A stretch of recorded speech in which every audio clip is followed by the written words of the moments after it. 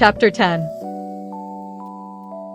"Bless this food to our use and consecrate our lives to thy service," said Uncle Herbert briskly.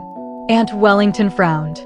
She always considered Herbert's graces entirely too short and flippant. A grace, to be a grace in Aunt Wellington's eyes, had to be at least 3 minutes long and uttered in an unearthly tone, between a groan and a chant. As a protest, she kept her head bent a perceptible time after all the rest had been lifted. When she permitted herself to sit upright, she found Valancy looking at her. Ever afterwards, Aunt Wellington averred that she had known from that moment that there was something wrong with Valancy. In those queer, slanted eyes of hers, we should always have known she was not entirely right. With eyes like that, there was an odd gleam of mockery and amusement, as if Valancy were laughing at her. Such a thing was unthinkable, of course. Aunt Wellington at once ceased to think it. Valancy was enjoying herself. She had never enjoyed herself at a family reunion before. In social functions, as in childish games, she had only filled in. Her clan had always considered her very dull. She had no parlor tricks. And she had been in the habit of taking refuge from the boredom of family parties in her blue castle, which resulted in an absent-mindedness that increased her reputation for dullness and vacuity. "She has no social presence whatever," Aunt Wellington had decreed once and for all. Nobody dreamed that Valancy was dumb in their presence merely because she was afraid of them. Now she was no longer afraid of them. The shackles had been stricken off her soul. She was quite prepared to talk if occasion offered. Meanwhile, she was giving herself such freedom of thought as she had never dared to take before. She let herself go with a wild, inner exultation as Uncle Herbert carved the turkey. Uncle Herbert gave Valancy a second look that day. Being a man, he didn't know what she had done to her hair, but he thought surprisedly that Doss was not such a bad-looking girl, after all, and he put an extra piece of white meat on her plate. "What herb is most injurious to a young lady's beauty?" propounded Uncle Benjamin by way of starting conversation, loosening things up a bit, as he would have said. Valancy, whose duty it was to say what, did not say it. Nobody else said it, so Uncle Benjamin, after an expectant pause, had to answer, "Time," and felt that his riddle had fallen flat. He looked resentfully at Valancy, who had never failed him before, but Valancy did not seem even to be aware of him. She was gazing around the table, examining relentlessly everyone in this depressing assembly of sensible people and watching their little squirms with a detached, amused smile. So these were the people she had always held in reverence and fear. She seemed to see them with new eyes.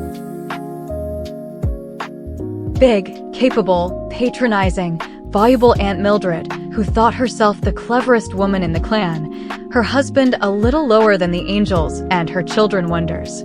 Had not her son, Howard, been all through teething at 11 months? And could she not tell you the best way to do everything, from cooking mushrooms to picking up a snake? What a bore she was. What ugly moles she had on her face. Cousin Gladys, who was always praising her son, who had died young, and always fighting with her living one. She had neuritis, or what she called neuritis. It jumped about from one part of her body to another. It was a convenient thing. If anybody wanted her to go somewhere she didn't want to go, she had neuritis in her legs. And always, if any mental effort was required, she could have neuritis in her head. "You can't think with neuritis in your head, my dear. What an old humbug you are," thought Valancy impiously. Aunt Isabel. Valancy counted her chins. Aunt Isabel was the critic of the clan. She had always gone about squashing people flat. More members of it than Valancy were afraid of her. She had, it was conceded, a biting tongue.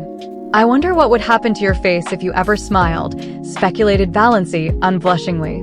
Second cousin Sarah Taylor, with her great, pale, expressionless eyes, who was noted for the variety of her pickle recipes and for nothing else. So afraid of saying something indiscreet that she never said anything worth listening to. So proper that she blushed when she saw the advertisement picture of a corset and had put a dress on her Venus de Milo statuette, which made it look real tasty. Little cousin Georgiana. Not such a bad little soul, but dreary very. Always looking as if she had just been starched and ironed. Always afraid to let herself go. The only thing she really enjoyed was a funeral. You knew where you were with a corpse. Nothing more could happen to it. But while there was life, there was fear. Uncle James. Handsome, black, with his sarcastic, trap-like mouth and iron-gray sideburns, whose favorite amusement was to write controversial letters to the Christian Times, attacking modernism.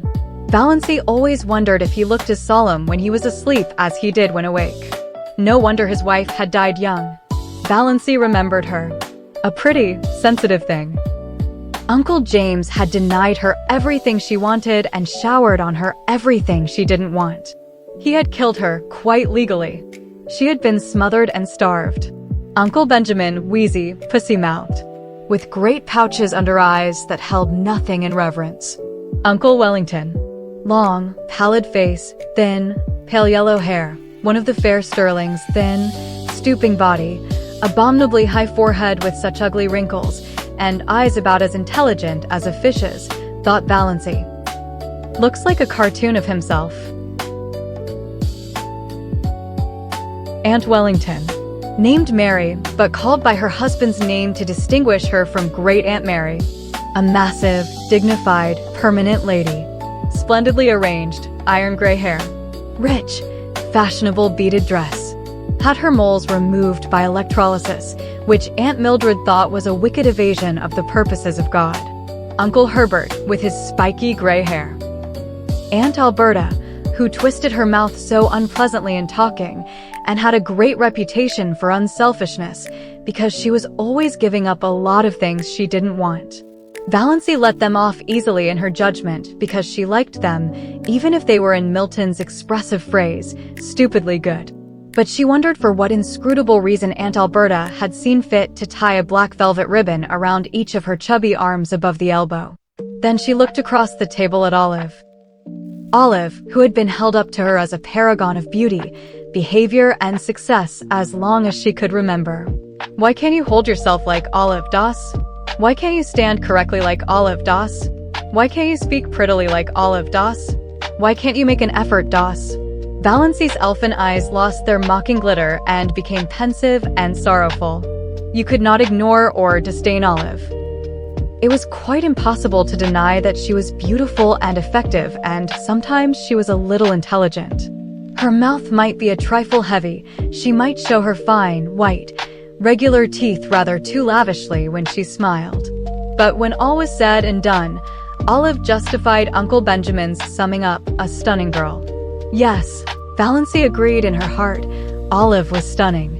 Rich, golden brown hair, elaborately dressed, with a sparkling bandeau holding its glossy puffs in place. Large, brilliant blue eyes and thick silken lashes, face of rose and bare neck of snow, rising above her gown, great pearl bubbles in her ears, the blue-white diamond flame on her long, smooth, waxen finger with its rosy, pointed nail. Arms of marble, gleaming through green chiffon and shadow lace. Valancy felt suddenly thankful that her own scrawny arms were decently swathed in brown silk. Then she resumed her tabulation of Olive's charms. Tall, queenly, confident. Everything that Valancy was not. Dimples, too, in cheeks and chin. A woman with dimples always gets her own way, thought Valancy, in a recurring spasm of bitterness at the fate which had denied her even one dimple. Olive was only a year younger than Valancy, though a stranger would have thought that there was at least 10 years between them. But nobody ever dreaded old maidenhood for her. Olive had been surrounded by a crowd of eager beaux since her early teens, just as her mirror was always surrounded by a fringe of cards, photographs, programs, and invitations. At 18, when she had graduated from Havergal College, Olive had been engaged to Will Desmond, lawyer in embryo. Will Desmond had died, and Olive had mourned for him properly for 2 years. When she was 23, she had a hectic affair with Donald Jackson. But Aunt and Uncle Wellington disapproved of that, and in the end Olive dutifully gave him up. Nobody in the Stirling clan, whatever outsiders might say, hinted that she did so because Donald himself was cooling off. However that might be, Olive's third venture met with everybody's approval. Cecil Price was clever and handsome and one of the Port Lawrence Prices. Olive had been engaged to him for 3 years. He had just graduated in civil engineering and they were to be married as soon as he landed a contract. Olive's hope chest was full to overflowing with exquisite things, and Olive had already confided to Valancy what her wedding dress was to be. Ivory silk draped with lace, white satin court train, lined with pale green georgette, heirloom veil of Brussels lace. Valancy knew also, though Olive had not told her, that the bridesmaids were selected and that she was not among them. Valancy had, after a fashion, always been Olive's confidant, perhaps because she was the only girl in the connection who could not bore Olive with return confidences. Olive always told Valancy all the details of her love affairs, from the days when the little boys in school used to persecute her with love letters. Valancy could not comfort herself by thinking these affairs mythical. Olive really had them. Many men had gone mad over her besides the 3 fortunate ones.